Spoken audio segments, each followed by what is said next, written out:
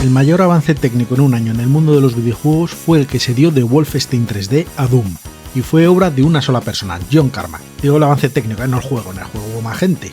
Esta era la premisa inicial de este acercamiento a Doom, pero después se convirtió en 2 vídeos y ahora ya van 3 vídeos, pero mantengo esa afirmación y la defenderé a lo largo del vídeo. En esta intro también quería contar la tremenda importancia de Doom en la historia de los videojuegos. Con Wolfenstein 3D, ID Software había hecho un juego muy destacado técnicamente, un juego a imitar, pero después subieron el listón de una forma tremenda. No sé ni cómo expresar lo influyente que ha sido Doom. A lo mejor ayuda esta gráfica donde se ve que durante unos años el término utilizado para referirse al género era clon de Doom, hasta que se fue generalizando First Person Shooter. Pocos juegos pueden presumir de dar nombre a un género. En este vídeo voy a intentar explicar todos esos avances técnicos que trajo Doom y cómo funciona por dentro.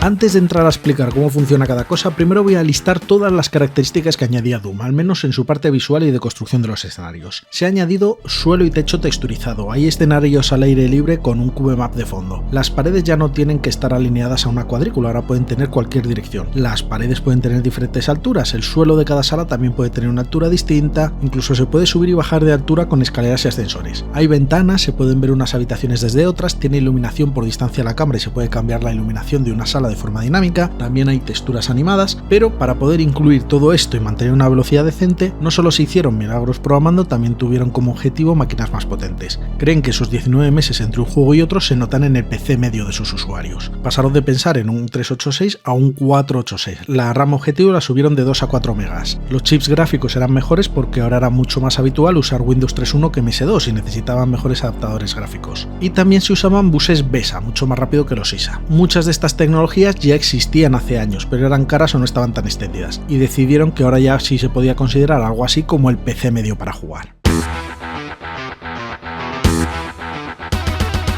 Los gráficos y el sonido pueden parecer ajenos a la programación del juego, pero en realidad están muy relacionados. Por ejemplo, una novedad en Doom es que los monstruos pueden pelearse entre ellos si uno golpea a otro sin querer, así que necesitan tener los sprites de los enemigos en las 8 posibles direcciones para todas las animaciones de ataque. En Wolfenstein no era necesario porque los enemigos solo atacaban en dirección al jugador, pero aquí es en cualquier dirección. En Wolfenstein habían hecho las animaciones de cada ángulo para andar de una en una, pintando en el Deluxe Paint, pero esto para todos los ataques de todos los enemigos y desde todos los ángulos se iba de las manos, que solo tenían 2 ilustradores, así que pintaron a mano los enemigos más sencillos, los soldados y similares, pero los monstruos fueron modelados con arcilla. Y como vimos en el vídeo de curiosidades, para los monstruos más complicados se contrató un experto en efectos especiales que los hizo con látex y alambre. ¿Y en todo esto qué tiene que ver el trabajo de Carmack? Pues es que creó una herramienta específica para poder hacer las fotos a las figuras de los monstruos, que directamente hacía todo el proceso de transformación para poder ser utilizados como sprites en el juego con pocos retoques por parte de los artistas. La herramienta se llama Fuzzy Pumper Palette Shop, y es que al final muchos gráficos en Doom son digitalizados de forma similar a los de Mortal Kombat. No solo se usó para los monstruos, las armas también están digitalizadas, tomando fotos de armas de juguete y modificando su aspecto en el ordenador para dar una apariencia más realista. Menos la motosierra, que esa sí era de verdad. Esta digitalización de armas también hace que al disparar haya bastante más animación que en Wolfenstein. Por otro lado, el sonido dio algunos problemas durante el desarrollo y después, por temas de licencia, cuando quisieron liberar el código de Doom al usar una librería externa para manejar el sonido. Hay un gran avance en sonido y en la música, la banda sonora no es siempre tan cañera como el mítico primer tema, pero siempre suena mucho mejor que en Wolfenstein.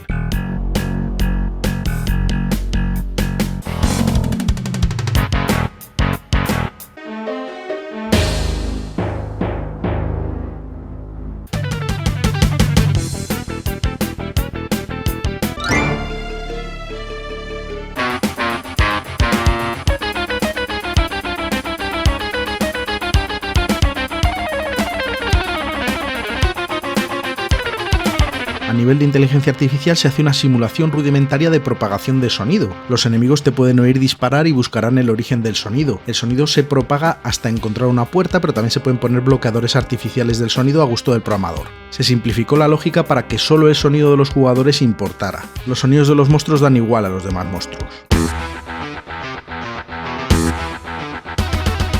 Va a ser complicado entrar en cosas concretas de cómo funciona el motor de Doom sin tener una noción general de cómo funciona el juego, sobre todo comparado con Wolfenstein. La base puede parecer similar a la de Wolfenstein 3D. El juego está hecho en modo VGA con el modo 13Y que inventaron para Wolfenstein. Es decir, 256 colores y una resolución de 320 x 200 píxeles con control por parte del programador de la memoria de vídeo. La pantalla se divide en dos partes, la de marcadores y la parte 3D, de la que también podemos elegir su tamaño para que el juego vaya más rápido a cambio de verlo más pequeño. Como novedad, Doom permite poner la vista 3D a pantalla completa, sin marcadores. Dentro de la vista 3D nos olvidamos del fondo de color plano para techo y suelo de Wolfenstein. Aquí se pinta en este orden. Primero, las paredes, dejando los huecos de techo, suelos y fondo, que se pintan en segundo lugar. Después ya se pintan los objetos y enemigos y por último el arma. Los objetos y enemigos siguen siendo impostores, sprites 2D que se giran para estar siempre mirando a cámara, aunque el dibujo muestre el culo de un enemigo porque ahora tienen más animaciones mirando en todas direcciones, pero cada una es una textura plana. Nunca vas a poder ver esos personajes con perspectiva o en un ángulo que no sea de los 8 que tienen en texturas. El escenario conceptualmente es un plano 2D, pero la apariencia es de 3D gracias a que cada punto 2D del mapa se pinta como una columna de textura debidamente escalada. Para saber qué parte del escenario se veía en cada columna, se usaba raycasting sobre una cuadrícula en Wolfenstein. Esto es una de las cosas que más cambia en Doom. Los escenarios en Doom son preprocesados en tiempo de diseño por una herramienta que genera de cada escenario 3 estructuras. Una estructura es una tabla que ayuda a las decisiones de la inteligencia artificial, otra es un mapa de bloques para las colisiones y lo más importante, un BSP, que es con lo que se hace toda la parte gráfica y tendrá su propia sección en el vídeo.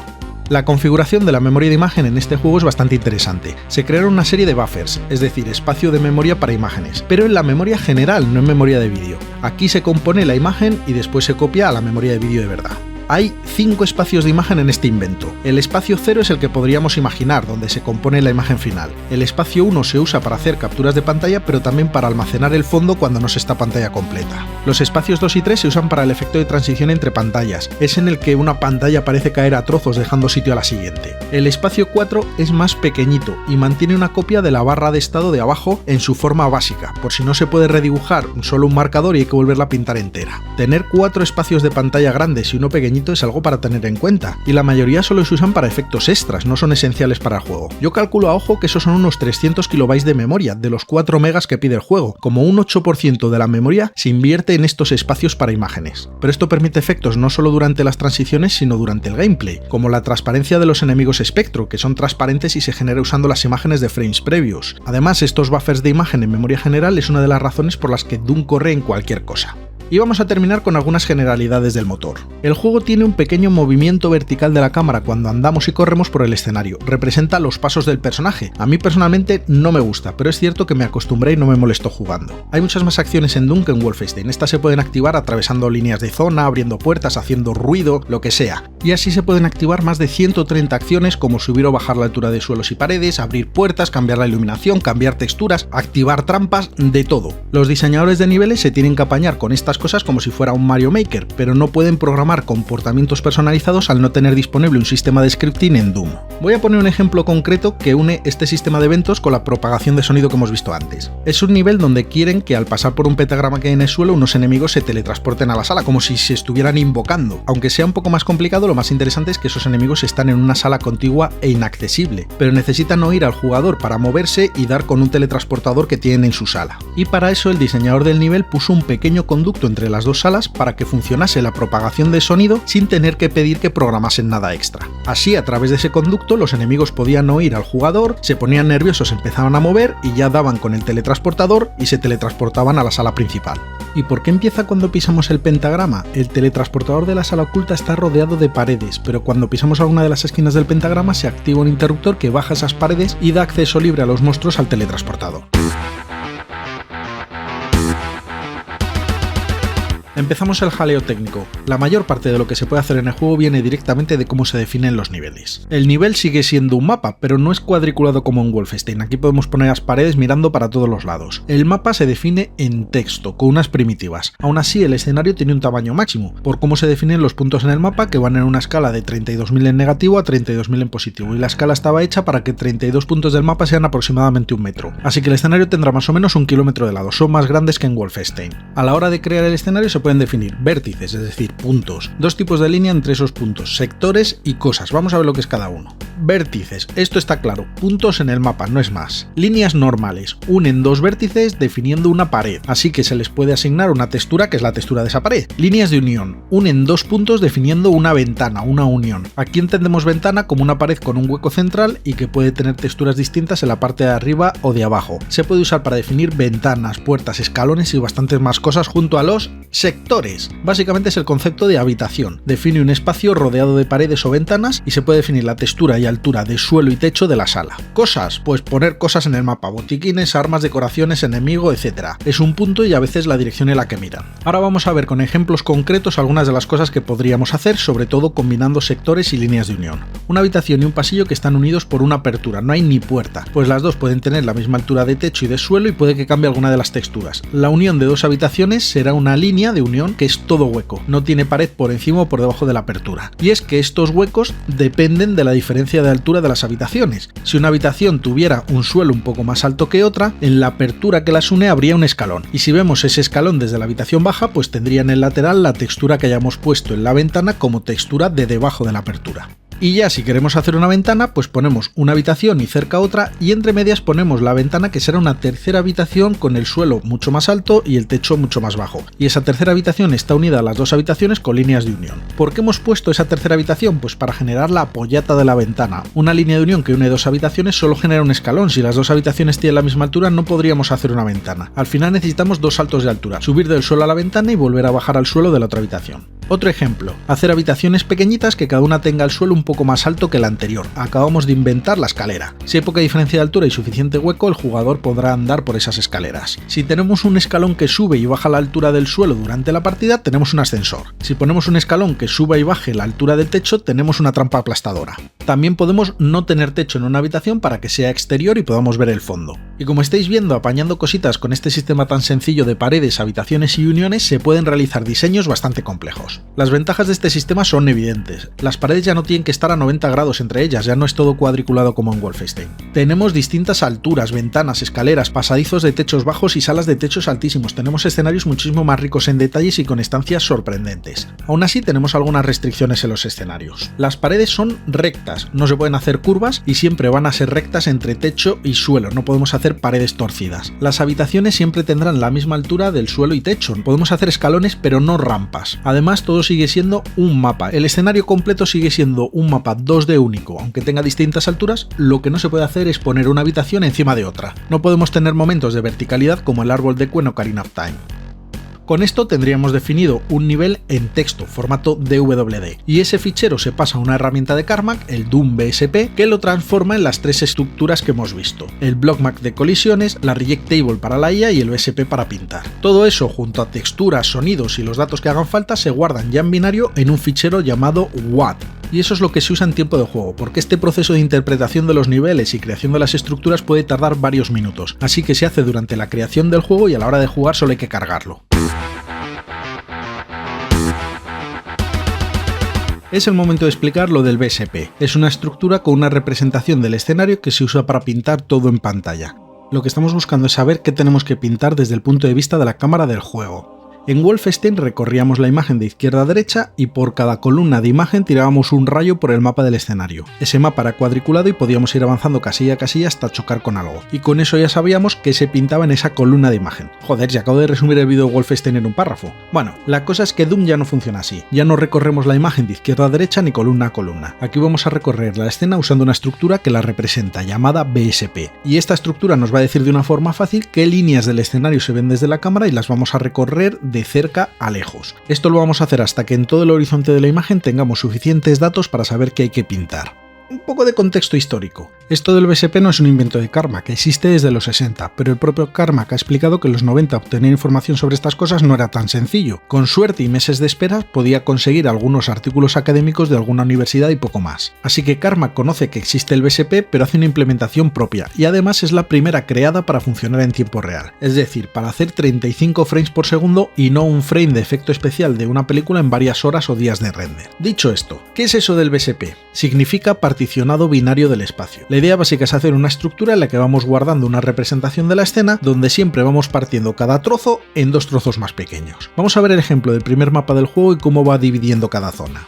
Aquí vemos la primera partición que nos parte, ¿no?, en un trozo verde y uno azul, que realmente lo que ha cogido es aquí un lateral. Si vemos aquí, esta es la pared que he elegido como partición, que realmente sigue toda esta línea de escalones y también esta línea de escalones aquí, que es la sala donde hay un par de enemigos que bajan unos escalones. Y esto se intenta partir siempre pues repartido, ¿no? Y queda todo esto a un lado y todo esto al otro. Vamos a ir la parte verde, se vuelve a partir usando esta que es una de las líneas de la ventana que nos enseña el patio desde la sala inicial, pues se parte así y queda esto a un lado y esto al otro. Vamos a ir a la siguiente, que toma una columna y coincide con uno de los escalones y otra de las columnas, y vamos a intentar ir hasta un peldaño en concreto. Entonces podemos venir aquí a lo azul, sí, a lo azul, verde, azul, y ahí ya estamos en un sector que ya es lo más pequeño que hay, que es un escalón en concreto. Esto ya no se puede dividir más, pero vamos a intentar llegar a alguna línea de este patio central, a ver cómo lo divide.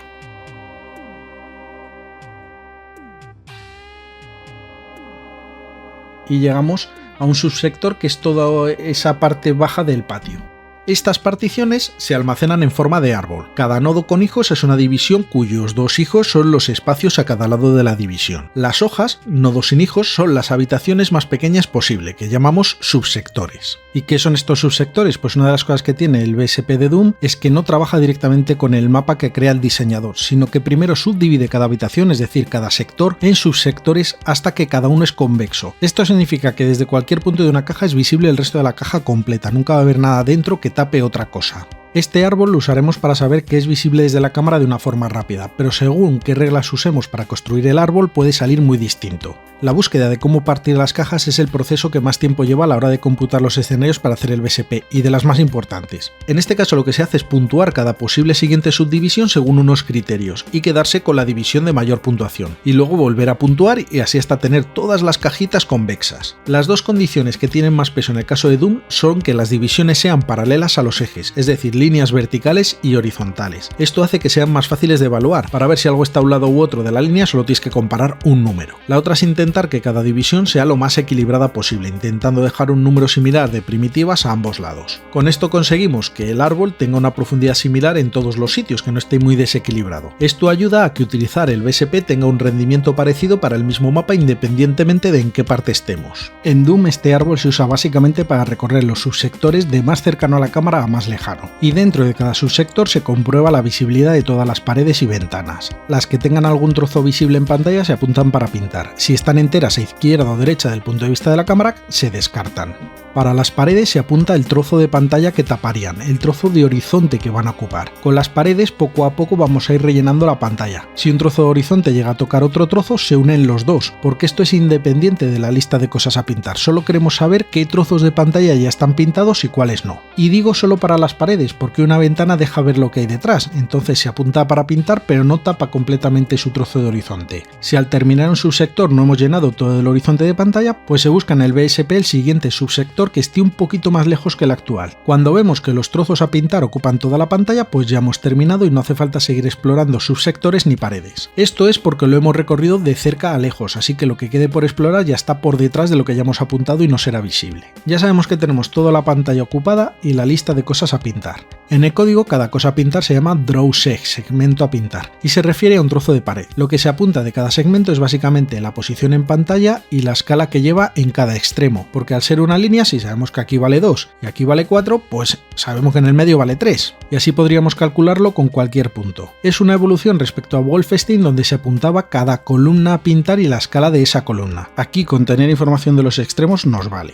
Tiene más cosas, información sobre el tipo de pared que es, si tiene ventanas, escalones o lo que sea, y algunas cosas para ayudar a calcular la visibilidad de los sprites después. Por supuesto, también se apunta de qué pared es cada segmento para saber qué texturas hay que usar para pintar, porque en eso sí lo he dicho, pero en Doom todo tiene textura, no hay nada que sea un color plano. En la próxima sección veremos cómo se usa esta información del BSP para pintar de verdad en pantalla, pero antes de acabar con el BSP quería dejar la idea de que el BSP se usa mucho actualmente para trazar rayos, el famoso RTX-ON. Solo tenéis que imaginaros cubos en lugar de rectángulos. Se usa para encontrar qué objetos pueden estar en la trayectoria de cada rayo y dentro de un objeto qué triángulos en particular. Y así no hay que intentar hacer la intersección de cada rayo con todos los triángulos. Hay muchos más tipos de árboles para dividir el espacio, como Octrees o Cadetrees, cada uno con sus ventajas y desventajas, pero el funcionamiento básico es el mismo. Vamos a empezar por lo más visual. Doom pinta cada frame en 4 pasos. Primero pinta todas las paredes, luego pinta suelos, techos y fondo, en tercer lugar los objetos del escenario y por último el arma del jugador. Puede que nos sorprenda que se pinten todas las paredes por un lado y los techos por otro, y no por zonas de la imagen. Pero la verdad es que tiene sentido porque se pintan muy distinto. Gracias al BSP hemos recorrido los subsectores que se ven en cámara y hemos generado una lista de segmentos de pared que se ven y que hay que pintar. Las paredes. Y ahora nos ponemos a pintar esos trozos de pared. Es bastante parecido a como se hace en Wolfenstein. Para cada segmento se mira qué textura corresponde pintar y el escalado de esa columna. Se escala la columna como corresponde y se pinta en pantalla. Y a la siguiente columna, así hasta el final del segmento. Y ya se pasa al siguiente segmento. Este sería el resultado. Quedan huecos por ahí que son los que van a ocupar los techos y suelos. Pero con cada segmento, además de pintarse su pared, se generan dos nuevas estructuras para pintar el suelo y el techo por encima y por debajo de ese segmento. Puede que no sea nada porque la pared llegue hasta el borde de arriba o debajo de la pantalla, pero en muchos casos sí habrá un hueco que rellenar ahí. Las paredes se almacenaban en drosses, pues los de techos y suelos se llaman bisplanes. Lo más destacable que almacena es una lista de alturas superiores e inferiores del tamaño de la pantalla. Es decir, cada bisplane está preparado para ser un techo o un suelo que ocupe toda la pantalla si hiciera falta. Y además con esto se puede conseguir que el mismo bisplane no sea continuo, sino que sirva para almacenar varios trozos de techo separados siempre que sean del mismo techo. Cuando hablamos de mismo techo, básicamente es que tenga la misma altura, misma textura y misma iluminación. Pero si cada bisplane es de un segmento de pared, ¿cómo vamos a conseguir bisplanes a trocitos separados? Pues esto es porque una vez tenemos todos los bisplanes se pasa a un algoritmo que los intenta juntar en bisplanes más grandes. Con algunos ejemplos se va a entender esto más fácil.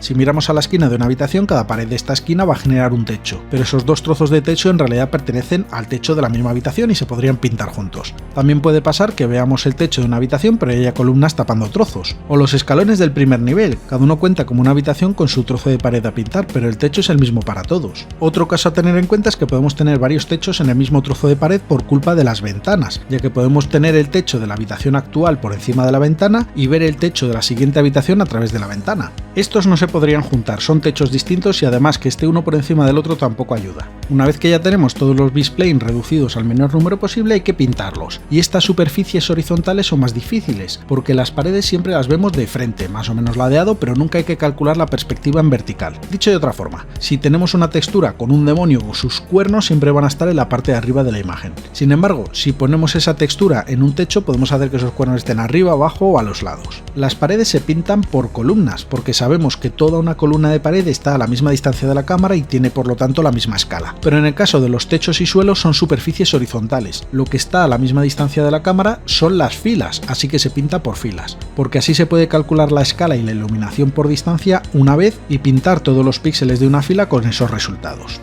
Y si no hay techo, en el caso de que tengamos que pintar las paredes de un exterior que no tiene techo, el hueco guardado se rellena con el fondo, que en este caso no es un color plano como un Wolfenstein, sino un fondo tipo cubo. Es como si el escenario estuviera metido dentro de un cubo gigante que será el fondo en cualquier dirección. En este caso como fondo se usa una textura de 256 x 128. Y lo curioso es que para ahorrar memoria se usa la misma textura en cada lado del cubo. Son texturas pensadas para repetirse horizontalmente. Supongo que el cubo no tendrá techo y suelo porque al no poder mirar para arriba o para abajo no se van a ver. Doom tiene corrección de perspectiva en todas sus texturas. Creo que casi es más fácil verlo que explicarlo. Esto es una versión modificada del juego sin corrección de perspectiva y si os fijáis hay líneas de las texturas que dejan de ser rectas. Se nota especialmente en algunos techos. A ver, estamos en 1993, falta un año para que salga PlayStation en Japón, que no hacía corrección de perspectiva en sus texturas, y por lo tanto es un defecto gráfico al que estaríamos más que acostumbrados en los siguientes 7 años. Para que nos hagamos una idea, se toma una aproximación lineal a la hora de calcular qué píxeles de la textura van dónde, algo más parecido al modo 7 de Super Nintendo que al cálculo real de perspectiva. Pero no lo voy a explicar a fondo porque me gustaría currarme esta explicación cuando haga un vídeo sobre PlayStation. Mientras tanto, si tenéis curiosidad, podéis ver este vídeo de Ginchu que también lo explica. En cualquier caso, esto no era admisible para John Carmack. Por alguna razón no soportaba este defecto gráfico e implementó una corrección de perspectiva bien hecha. Esto le da un aspecto mucho más sólido al juego, las texturas no bailan al movernos por el escenario. Y esto es así en todas las versiones porque Carmack vetó cualquier versión que no usase corrección de perspectiva. Así que en algunas máquinas con 3D nativo, pero sin corrección de perspectiva, no se pudieron usar las 3D nativas de esas consolas teniendo versiones más lentas pero más fieles gráficamente. Uniendo con el punto anterior, que los techos y suelos se pinten por filas permite calcular la corrección de perspectiva una sola vez para toda la fila. Otra razón más por la que es importante la separación de paredes y techos al pintar y que los techos se pinten por filas. Aunque la solución para la corrección de perspectiva que toma Carmack funciona porque no tenemos movimiento vertical de la cámara ni cosas en diagonal. Es decir, las paredes son perfectamente verticales y los techos y suelos perfectamente horizontales. Si no, esta corrección hubiera sido más complicada y el juego hubiera sido demasiado lento para los ordenadores de la época. Con esto ya tenemos el escenario, pero nos faltan los objetos, municiones, enemigos y otras cosas que andan por ahí. Como en Wolfenstein, el comportamiento de todos estos objetos es de impostores, es decir, objetos planos que siempre miran a cámara. Lo vuelvo a mencionar para enseñaros esto. Es un mod para GZ Doom que cambia estos sprites por geometrías 3D hechas con voxeles, cuadradotes tipo Minecraft, y la verdad es que le queda genial al juego. Mantiene el aspecto retro de los cuadradotes, pero sin dar esa impresión de papel que gira en mitad del escenario. Esto se puede hacer porque GZ Doom es una reimplementación completa en un motor poligonal 3D puro. No se podría hacer en el motor original de Doom. Pero bueno, en el motor original tenemos que dibujar estos objetos planos. Se hace después de haber dibujado el escenario, entonces ya tenemos información bastante interesante que se ha almacenado durante el pintado del escenario. Se ha hecho una lista de los objetos que hay en cada subsector que hemos recorrido y todavía tenemos la otra lista de segmentos de paredes. Queremos probar la oclusión de cada sprite con los segmentos de las paredes. Sabemos que los segmentos de paredes están ordenados por el acceso que hicimos al BSP y sabemos la escala que va a necesitar ese sprite, así que comparamos las distancias en forma de escalas. Se recorren todas las paredes que pueden estar delante del objeto y se crea el rectángulo de recorte. Esto es más complicado que en Wolfenstein por las ventanas, porque podemos ver un sprite a través de algo que lo tape parcialmente tanto vertical como horizontalmente. Así cada sprite tiene información de qué tiene tapado para poder pintarse. Ya tenemos el recorte de cada sprite. Ahora los objetos se ordenan por la distancia a la cámara de atrás hacia adelante. Los sprites que se pinten más tarde pueden tapar a los anteriores y será correcto en la imagen. Una vez ordenados, cada sprite se escala y se pinta por columnas y listo. Pero no es así para todos los casos, no todos los sprites serán texturas mirando a cámara. También hay unos sprites especiales con transparencia que se pintan de otra forma. Se llaman sprites con máscara y se usan para hacer cosas como verjas. Parecen paredes, pero en realidad son objetos de la escena. Y el problema es que no tienen por qué estar mirando a cámara como el resto de sprites. En este caso tienen perspectiva, podemos ver estos sprites de lado, al menos hacia los lados, no en vertical. Y claro, al tener perspectiva, un segmento de verja puede estar a varias profundidades. Por eso se dibuja después del resto de sprites y así quedan por detrás de esa verja. Bueno, eso para los objetos detrás de la verja, pero también hay objetos delante, y eso obliga a romper las verjas en varios segmentos. Y como vemos que ese trozo tiene sprites por delante, se pinta primero y después los trozos libres de sprites por delante. Hay un último sprite que pintar que va un poco aparte, porque siempre está a la misma distancia y no puede estar ocluido. Las manos o armas del Doom Guy, que es lo último que se pinta en la parte 3D del frame. Una de las mejoras que más ayuda a dar ambiente a Doom es que tiene iluminación. Tiene dos tipos de iluminación que en ambos casos afectan tanto a escenarios como a sprites. La primera es que se define una intensidad de la iluminación por sector. Solo intensidad, no puedes poner una sala con la luz roja, por ejemplo. Si quieres hacer eso, sería poner el rojo en las texturas y en la luz solo puedes elegir más iluminado o más oscuro. Pero la iluminación de cada sector se puede cambiar de forma dinámica, así se pueden hacer luces que parpadeen o que una sala quede a oscuras de repente para dar un susto, lo que quiera el diseñador del nivel. El segundo tipo de iluminación es la que llaman Diminished Light. Básicamente es que las cosas se oscurecen según la distancia a la cámara. Más cerca bien iluminadas y más lejos se va oscureciendo. Y bueno, como tenemos un número de colores bastante bajo, pues esto se hace a franjas. Se va notando cada salto hacia lo oscuro en el escenario. Este efecto tiene sentido cuando el juego tiene distancia de pintado, porque oscureces las cosas que están lejos y están muy oscuras cuando desaparecen al fondo. Ayuda a hacer menos exagerado el popping. Por ejemplo, tiene su gracia en Shadowcaster, pero creo que no tiene ningún sentido en Doom, que no tiene distancia de pintado. Además, llamar a esto light no tiene nada que ver con la iluminación. Hay un efecto de iluminación que se llama la ley inversa del cuadrado, pero está relacionada con la distancia de la luz al objeto iluminado. La distancia del objeto a la cámara no debería afectar a la iluminación de la escena. Es de las pocas cosas técnicas que me parecen que no tiene sentido en Doom. Hemos hablado del número de colores. El modo gráfico tiene 256 colores, pero se pueden quedar muy cortos para dar tantos matices de iluminación. Así que si es una tabla de colores, tiene 8192 tonos. Lo que pasa es que están repetidos por todos los lados. Se intenta dar varios colores con recorridos de saturación y brillo, pero claro, el negro es el mismo para todos. El rojo pierde saturación hacia el marrón y hay franjas con el mismo color repetido. Puede parecer un engañabobos esta tabla que ofrece 256 colores repetidos por todos los lados hasta hacer más de 8000 colores, pero da más libertad a los los artistas para que trabajen con tablas de colores más amplias, aunque sea de mentira, y sobre todo a la iluminación le viene muy bien para tener cuentas más finas sobre los detallitos iluminados. Luego se resuelven 256 colores, eso es impepinable, pero por el camino nos deja soñar con más colores. Esto suele hacer que esos 256 colores se usen de forma más acertada. Unas cositas rápidas más. Hay un ligero cambio en la iluminación de las paredes según su orientación. Para que os hagáis una idea, es algo tipo norte y sur más 1 de iluminación, este y oeste menos 1. Sirve para dar más aspecto tridimensional a las esquinas, pero es muy sutil. El fondo, ese cubo alrededor de la escena, no es afectado por ninguna iluminación, siempre se pinta igual. La paleta de colores que hemos visto hasta ahora no es la única, se usan más paletas de color para algunos efectos, y también se puede usar una parte concreta de la paleta, por ejemplo la invulnerabilidad, que se hace usando solo la parte de escala de grises. Pero en este caso el cielo sigue a lo suyo y se pinta normal, no le afectan estos efectos de iluminación o cambios de paleta. Bueno, y con esto ya hemos acabado Doom. Ya sé que os dije que iba a haber un vídeo de Wolfenstein a Doom y que al final ha sido un vídeo de Wolfenstein y otro de Doom y entre medias uno de curiosidades de Wolfenstein y Doom, pero es que todavía no hemos acabado. Por ahora solo hemos hablado de los gráficos de Doom, pero es que queda motor, mods, el online, quedan optimizaciones, quedan muchísimas cosas. Y es que ya llevamos media hora, así que esto me da perfectamente para otro vídeo más, así que el vídeo técnico de Doom van a ser 2. Por ahora hemos hablado de gráficos y en el próximo vídeo acabamos ya lo último. Aunque saquen Doom Remaster especial con rayos y todo, que encima mientras hago estos vídeos están venga a sacar cosas, os prometo que el siguiente es el último.